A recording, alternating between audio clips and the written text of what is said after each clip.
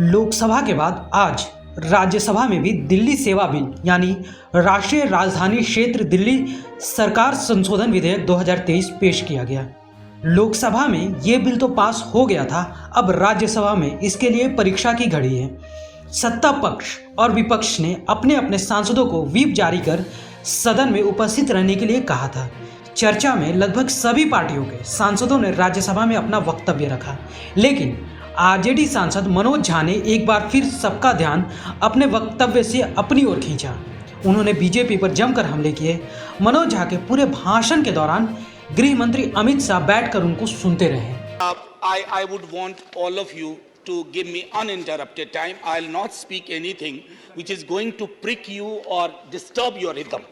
What I wanted to say, sir, असल में कई वर्ष पूर्व भी देखा इस देश में, आज भी देख रहे हैं।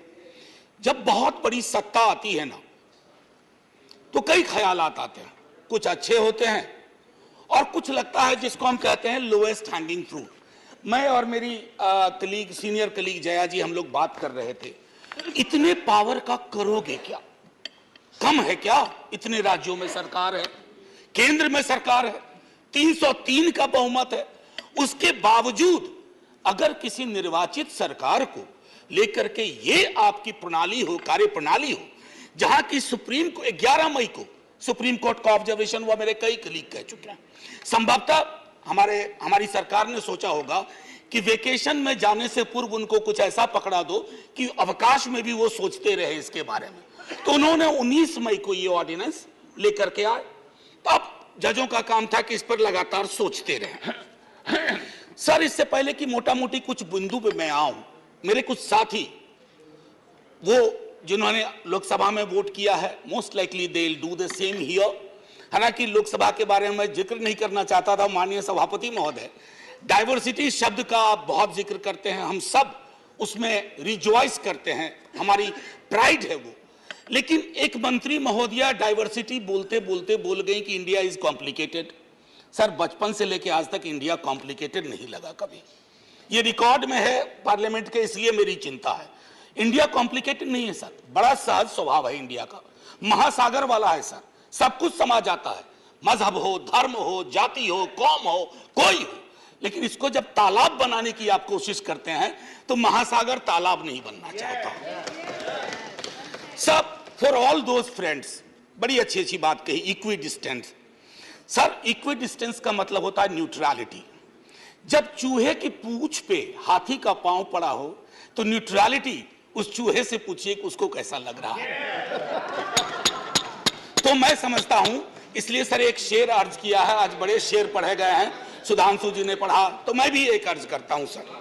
ये पड़ोस के मुल्क से आया है। तुम तकल्लुफ को भी इखलास समझते हो फराज, तुम तकल्लुफ को भी इखलास मतलब ट्रू फ्रेंडशिप, तुम तकल्लुफ को भी इखलास समझते हो फराज। दोस्त होता नहीं है हर कोई हाथ मिलाने वाला, आपकी पेशे नजर है जी। तो मैं ये कहना चाह रहा था sir, at a historical juncture एक चीज और मुझे बड़ी अच्छी लगी। उस दिन हमारे माननीय गृह मंत्री जी ने जवाहरलाल नेहरू जी को कोट किया। एक पल को मुझको लगा कि इस शांति वन में अस्थियां कसमसा गई होंगी। ये हुआ क्या? ये हुआ क्या? फिर अंबेडकर साहब को भी कोट किया, राजा जी को कोट किया, उन्होंने कन्हैयालाल मानिकलाल मुंशी को कोट नहीं किया, एचवी कामत को कोट नहीं किया, जो शायद ज्यादा उनके पक्ष में तर्क आ जाता। सर, विश्वविद्यालय में मैं पढ़ाता हूं तो पीएचडी के स्टूडेंट्स को साइटेशन हम लोग सिखाते हैं, जिसको कहते हैं एथिकल साइटेशन। एथिकल साइटेशन में यह नहीं होता है कि सेमी कोलोन के बाद का ले लिया और शुरू वाला छोड़ दिया। उदाहरण के लिए कहता हूं कि आज तक इस दुनिया में सबको लगता है इस देश में कि मार्क्स ने कहा था कि धर्म अफीम है, religion is the opium for masses. Sorry sir, the entire quote is religion is the sigh of the oppressed creature, the heart of a heartless world, and the soul of soulless condition. It is the opium of people.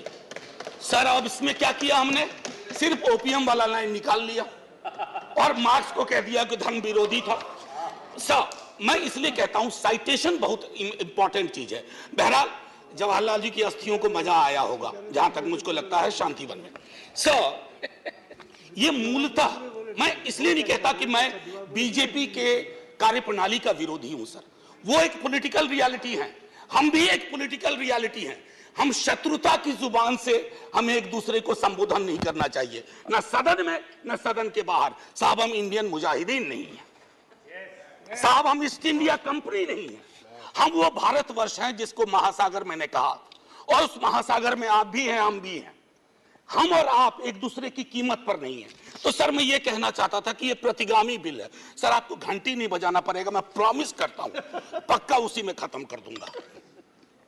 Sir प्रतिगामी मैंने क्यों कहा, दुनिया देख रही है कि हम कितना प्रोग्रेसिव लेजिस्लेशन ला रहे हैं। सर ये मुझे जो चिंता इसमें ये हो रही है कि माननीय सर्वोच्च न्यायालय ने एक निर्णय दिया, सर कुछ सोच के दिया होगा ना। आप अक्सर कहते हैं कि नेहरू नहीं चाहते थे, अरे नेहरू 56 में नहीं चाहते थे, 67 वर्ष बीत गए हैं, हकीकत नहीं बदलती क्या? नेहरू के टाइम में हम सार्वजनिक क्षेत्रों में कितना ध्यान देते थे और आज हम बेचने पे ध्यान दे रहे हैं। ये फर्क आया है ना सर, चूंकि ये फर्क आया है तो हर हकीकत में फर्क होता है। 56 की दिल्ली और आज की दिल्ली वही नहीं है सर। सर मैं तो अरविंद केजरीवाल जी का बिल ही नहीं मानता हूं, दिल्ली गवर्नमेंट का बिल ही नहीं मानता हूं। मैं तो ये मानता हूं कि सर अगर ये प्रयोग सफल हुआ, अगर सांप ने रास्ता देख लिया, तो कल को उन पर भी गाज गिरेगी जो आज न्यूट्रलिटी और इक्विडिस्टेंट के नाम पर न जाने क्या क्या सोच रहे हैं सर। हम तब भी आपके साथ होंगे, ये तो गारंटी है सर, हमारे पास कोई विकल्प ही नहीं है। परेशान हताश लोगों के पक्ष में खड़ा होना, हम तो कश्मीर चल रहा था उस वक्त आम आदमी पार्टी ने कोई और पोजीशन लिया था, आज उनको समझ में आ रहा होगा कि क्यों उस वक्त वो पोजीशन लिया। और आज मैं ये कह रहा हूं कि कल को किसी राज्य के साथ होगा, हम आपके साथ होंगे। मैं दिल्ली की जनता, अगर मैं दिल्ली सरकार हूं, मैं दिल्ली की जनता के लिए उत्तरदायी हूं। जैसे राघव कह रहे थे, अगर कोई विसंगति कहीं आती है, एलजी साहब के पास जाऊं सर, वो चुनाव जीते। हालांकि मैं जानता हूं कि इस देश में गवर्नर्स और लेफ्टिनेंट गवर्नर्स की भूमिका में विस्तार हो गया, अब तो वो राज्यों के नाम बदल दे रहे हैं। सर आपकी मुस्कुराहट इंगित कर रही है कुछ। मैं ये कहना चाह रहा था सर, और मैं समझता हूं कि ये बात मैं कह करके, और 239AA के बारे में जो बातें कही गई हैं मैं उसको दोहराना नहीं चाहता, सिर्फ मैं एक चीज पे आऊंगा, कोरम। सर ये कमाल का कोरम हुआ, 3 में से 2 होंगे। मुख्यमंत्री बेचारा चेयरमैन है, बहुत अच्छी बात कही उन्होंने, चेयरमैन विदाउट चेयर। मुख्यमंत्री चेयरमैन है, वो अगर 2 मिनट लेट भी पहुंचेंगे तो कोरम डिसाइड कर लेगा क्या करना है दिल्ली के लिए। Sir it is not quorum, it is actually an instrument to decimate the very idea of elected government. Sir sir घंटी मत हो जाइए, केशव राव जी की श्रेणी में 1.5-2 मिनट और ले लूंगा।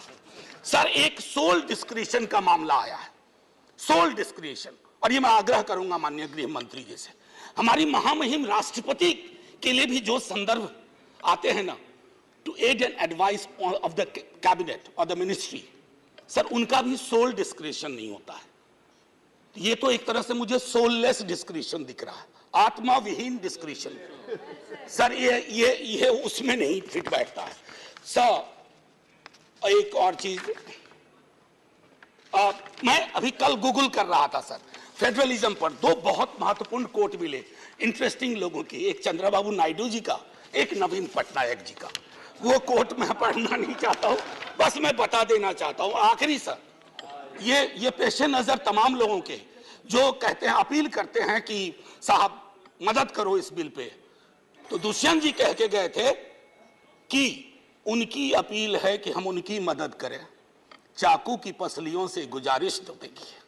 सर ये चाकू पसलियों से कह रही है हमारी मदद करो। सर ये आसान मामला नहीं है। जय हिंद सर, जय हिंद।